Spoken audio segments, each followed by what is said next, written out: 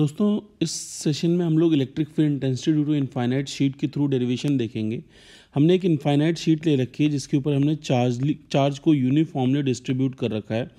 To find electric field intensity हमने दोनों तरफ इसे एक गॉसियन सिलिंड्रिकल सरफेस मान लिया। दोस्तों गॉसियन सिलिंड्रिकल सरफेस हमने एज्यूम कर लिया और इलेक्ट्रिक फील्ड जो होगी इस शीट के थ्रू इस तरफ की तरफ होगी, ऑब्वियसली रेडियली आउटवर्ड होगी दोनों तरफ से।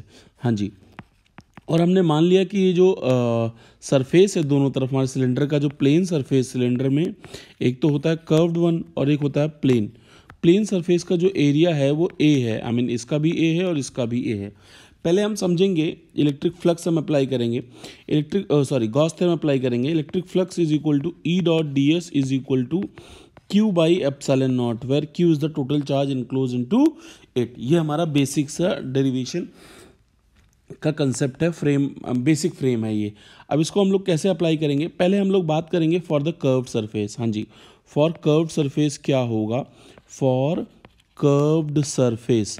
अगर हम कर्व्ड सरफेस के लिए बात करेंगे, आप ध्यान से समझेंगे तो कर्व्ड सरफेस ये है, इसका नॉर्मल वेक्टर जो होगा, जो इधर की तरफ होगा, वो इलेक्ट्रिक फील्ड के परपेंडिकुलर होगा, थीटा 90 डिग्री होगी। यस, तो उसके लिए फ्लक्स क्या हो जाएगा, अगर हम फ्लक्स की बात करेंगे कर्व्ड सरफेस के लिए तो ये हो जाएगा E D S, E dot d S, that will become E D S cos 90।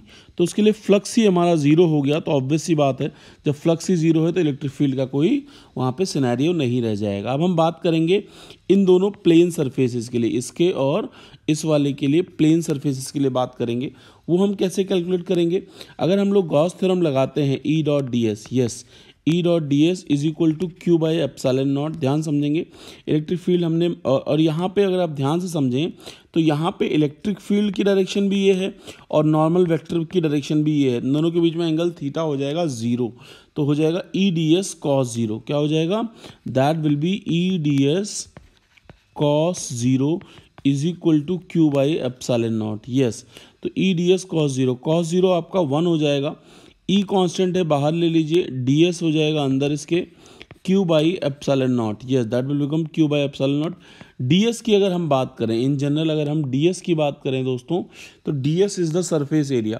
अब यहाँ पे दो सरफेस एरियाज हैं, अगर सिलेंडर की बात आप करें तो एक ए इधर की तरफ है और एक ए इधर की तरफ है।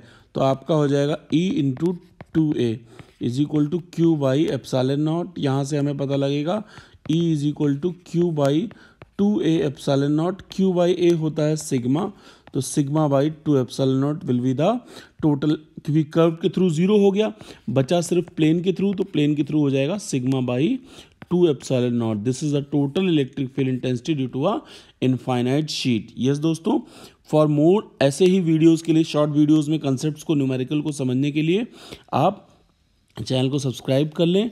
और अगर ऑनलाइन फ्री क्लासेस लेनी है तो आप इस नंबर पे व्हाट्सएप कर सकते हैं।